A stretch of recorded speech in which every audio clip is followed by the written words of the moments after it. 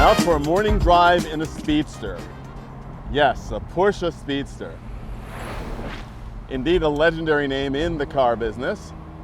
And just as when we drove our Ferrari 550 Barchetta, I asked the question, what happens when a manufacturer takes an iconic name and revives it for a modern car? Well, I think it's a fair bet to say that Max Hoffman, the legendary importer of Porsche in the 1950s, who invented the Speedster, because he saw a need for a stripped-down version of the 356 that people could take to work and to the races on the weekend. Something less expensive than the normal Porsches, so that people could really have fun with it. A lightweight, essential car. Max Hoffman would probably not recognize his concept in the car I'm driving today. But is that necessarily a bad thing? Well, this 2019 Speedster is basically an open version of the GT3, a car that Porsche enthusiasts and the press alike absolutely revere. The interesting thing is that when you cut the top off of a car today, you actually don't get a lighter weight car as you did in the 1950s. You get a slightly heavier car because, of course, you have to make up for the structural integrity that you're losing with the top somewhere in the structure. And as a consequence, this Speedster actually weighs a few hundred pounds more than a GT3 coupe. But it doesn't lose that much in the way of performance because, after all, when you've got 502 horsepower to play around with, you've got a bit of a margin for let's not call it error, but a margin for safety, shall we say, and performance. That the Speedster is still equipped with the manual transmission is also a great selling point of this car. And unlike the Ferrari 550 Barchetta, whose top is basically a merkin to protect the interior if it gets wet, this car has an actual top, and it's not a lot more accommodating than the original Speedster's top, so claustrophobes need not apply, and it is, in a real throwback, a manual top. It's still something that is a functional thing that you can actually live with if you had to. In another nod to the historical Speedster, this car also has these delightfully aggressive sport seats, which are very comfortable and quite beautiful to look at. They do remind me of the original Speedster sport seats, in that they certainly do hug the hips. And it's interesting that the seats feel so much more confining than the interior of the car. This is not a small car. So somehow it feels as if I'm a puppy in a training crate, that I have all this other space that I could play with, but I'm not allowed to yet. And of course, like all modern cars of this type, it's got all sorts of different choices for driving modes. Of course, I've got the auto blip on just because it sounds so neat. I'm sure that it has a very positive effect on engine life, because of course we always want to match revs on a downshift. But it's also a lot of fun. And fun is what a car like this is all about. So, getting back to the basics, what is the 911 Speedster not? It is not a lighter weight, decontented version of the coupe. In fact, it's very sophisticated.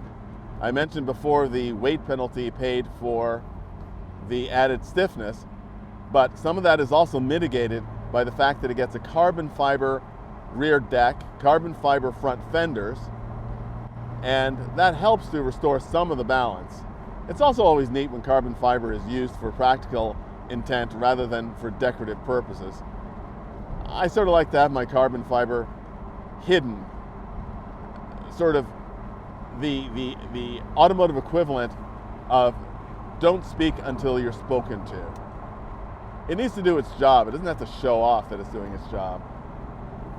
In any event, I digress. So, it's not a lighter weight, decontented version of the coupe, nor, however, is it the coupe without the convenience of a top. It has its own character. This feels very much different than a GT3, not least of which because I'm in the open air in a way that I wouldn't be in a cabriolet. And there is nothing better than experiencing the sensations of life. Any car, even a very fast car like this one, when you're in an open car, feels faster. 40 miles per hour in an open car feels like 80 in a closed car with a window open. And that's always, to me, a very good thing. In homage to the great speedsters of the period, this example is painted in a very special heritage paint scheme, where the tops of the front and rear fenders are painted with stripes, just as they were back in the 1950s. This is, however, also very much a performance car. It's got a 9,000 RPM redline, 8,500 for warning, and a very, very different character once the car gets up into those ranges, to be sure. It is satisfying to hear this car rev up. It makes, dare I say, a slightly un-Porsche sound.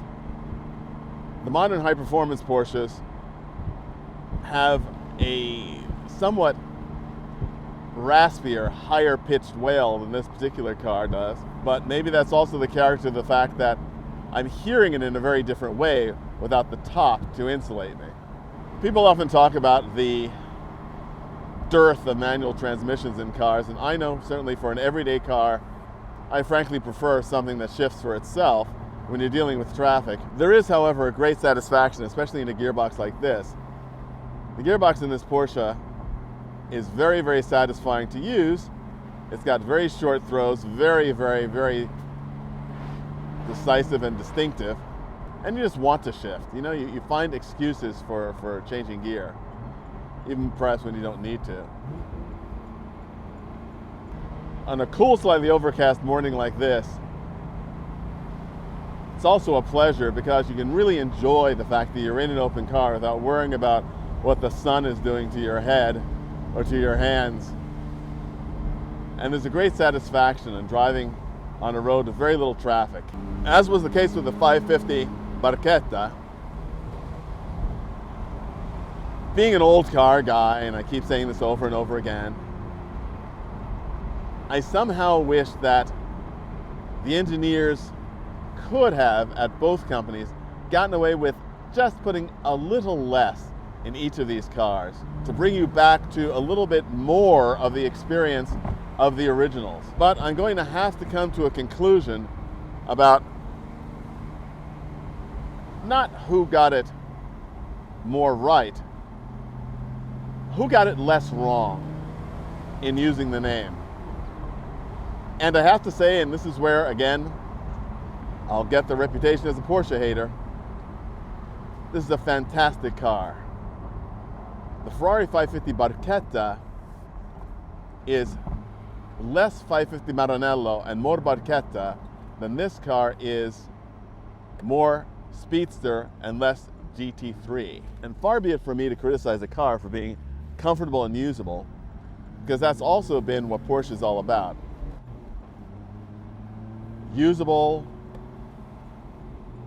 accessible performance, reliable as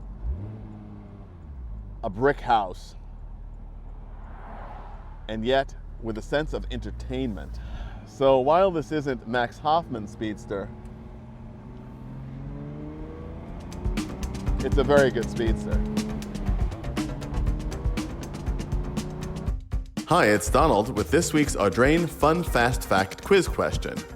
Speedster is an iconic name, and it's an old one, with the Porsche 356 Speedster having been introduced in 1957.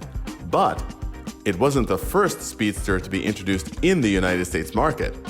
What was the first Speedster, and more importantly, what was the Speedster introduced in 1955 by a company that you wouldn't expect at all? If you think you know the answer to either of those questions, post them in the comments below. Look for the answer in our next week's show. If you like these videos, let your friends know. Subscribe, comment, share.